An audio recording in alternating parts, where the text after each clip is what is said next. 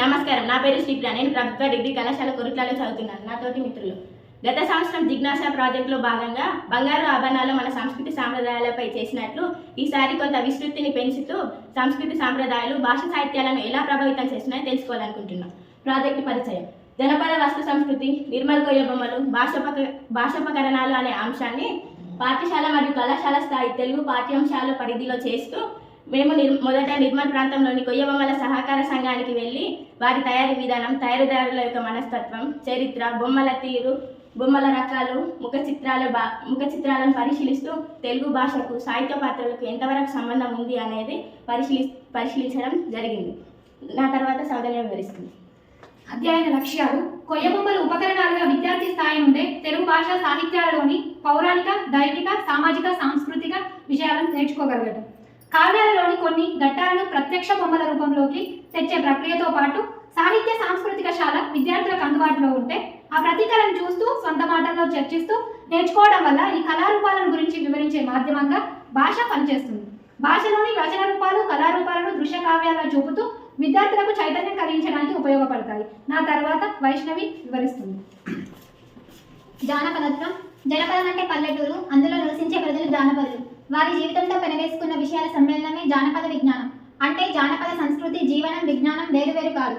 జానపదుల సందర్భాన్ని బట్టి పాడుకునే గేయాలు, వాళ్ళు చెప్పుకునే కథలు, వాళ్ళ మనో వికాసానికై కళాకారులు ప్రదర్శించే జానపద కళలు, వాళ్ళ ఆహార్యం, వాద్యాలు, బొమ్మలు అనేవి జానపద విజ్ఞానాంశాలే.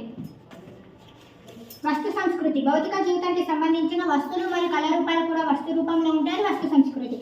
జానపద వస్తు సంస్కృతి అనేది సాహిత్యంలో ముఖ్యమైన పాత్రను పోషిస్తూ ప్రజల జీవన విధానంలో వినియోగించబడే వస్తువుల ద్వారా వారి భాష, ఆచారాలు, సంస్కృతి, ఆలోచన విధానాలు, సామాజిక నిర్మాణం, జీవన విధానంపై లోతైన అర్థాన్ని అందిస్తూ వారి జీవితంలోని కష్టసుఖాలు, భయాలు, ఆశలు, ఆనందాలను ప్రతిబింబిస్తూ సంయుక్త కృతుల ద్వారా భాష పరంపరని, సాంప్రదాయాలను నిలబెడుతుంది.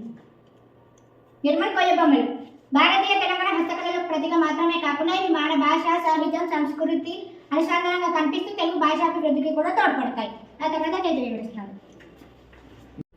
నిర్మల్ కొయ్య బొమ్మల వైవిధ్యత విశేషాలు చూసినట్లయితే కనుక సామాజిక, పౌరాణిక సంస్కారాలు, అలాగే వృత్తి సంబంధమైన పనిముట్లు, వంట సామాన్లు, అలాగే పశుపక్ష్యాదులు మొదలైనవి. ఇందులో సామాజిక బొమ్మలు అంటే ఒక పెళ్లి ఘట్టాన్ని తీసుకున్నట్లయితే కనుక పెళ్లి కూతుర్ని బుట్టలో తేవడం నుంచి మాంగళ్య ధారణ జరిగే వరకు ఏ విధంగా ఉంటుంది అనేది మనకు ఏర్పడుతుంది. అలాగే వ్యవసాయాన్ని చూసుకున్నట్లయితే కనుక భూమి దున్నటం నుండి పంట చేతికి వచ్చే వరకు రైతులు ఏ విధంగా కష్టపడతారు అనేది మనకి కథ పిల్లలకు చెప్తుంది.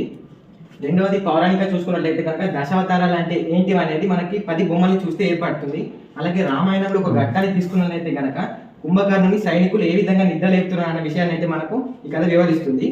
షోడశ సంస్కారాలకు సంబంధించినవంటే పిల్లలకు నామకరణం ఎట్లా చేస్తారు, అలాగే ఉపనయనం ఎట్లా చేస్తారు, బాలహార ఏ విధంగా చేస్తారు అనేది ఈ బొమ్మలను చూస్తేనే మనకు కళ్ళకు కట్టినట్టుగా కనిపిస్తుంది. ఇక్కడ వృత్తి సంబంధమైన బొమ్మలు అంటే ఏంటంటే కుమ్మరి వారు కుండలు చేయడం, మేదరి వారు బుట్టలు అల్లడం, అలాగే కమ్మలి వారు బొంగళ్ళు కుట్టడం వంటివి ఏంటివి అసలు ఈ పదాలు అనేవి ఇప్పుడు వాడుకలో లేవు. కాబట్టి ఇవన్నీ గురించి మనం పిల్లలకు చెప్పినట్లయితే కనుక ఈ పదాలన్నీ మళ్ళీ వాడుకలోకి వస్తాయి. ఇవి మనకు చాలా ఉపయోగకరంగా ఉంటాయి. తర్వాత భవిత వివరిస్తుంది. భాషోపకరణాలుగా కొయ్య బొమ్మలు. కొయ్య బొమ్మలు భాష సాహిత్య సంబంధం.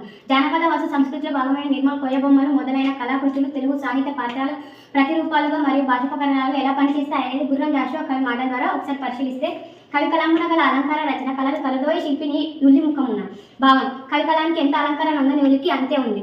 ప్రతిమలు రచించి ఒక మహారాజు చరిత్ర పల్లవేయింపు గలవు చూపల చేత చూసవ చేత శిల్పం ఒక మహారాజు కథ చెప్పినట్లు కావ్యంలో బొమ్మలు చూపించిన కవికి నీకు ఏం భేదం లేదు. తదుపరి కావున సాహిత్య సంస్కృత శాలను మనం ఏర్పాటు చేసుకుంటే పౌరాణిక సంబంధ రామాయణం తీసుకుంటే రాముని జననం, వివాహం, సీతను రావణాసుడు తీసుకెళ్లిన రామరావణాసుడి యుద్ధం, దీని ఆధారంగా మనం మాట్లాడవచ్చు. సామాజిక సంబంధ పాఠశాల వ్యవస్థ. పాఠశాలలో తరగతి విద్య కాకుండా ఆరు బయటలో మైదానంలో ఆట పోటీలు నిర్వహిస్తే పూర్తి స్థాయి విద్య అని చెప్పవచ్చు. అధ్యయన ఫలితాంశాలు.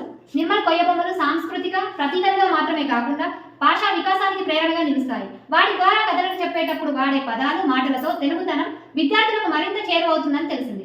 వాటి రూపకల్పన, వారసత్వం మరియు గ్రామీణ జీవిత దృశ్యాలు తెలుగు భాషను అందంగా వివరించేందుకు ఆకర్షణీయ ప్రచారానికి ఉపయోగపడతాయని గమనించడం జరిగింది. ముగింపుగా నిర్మల్ కళా వైభవం తెలుగు భాషా ప్రతిపదం. భాషను మలిచే బొమ్మలు సాహిత్యానికి నడిచే ప్రతీకలు అని నినదిస్తూ ఈ అవకాశం ఇచ్చిన సిసిఈ బృందానికి ప్రోత్సహించిన కళాశాల ప్రిన్సిపల్ ప్రిన్సిపాల్కి, తెలుగు అధ్యాపకులకు ధన్యవాదాలు.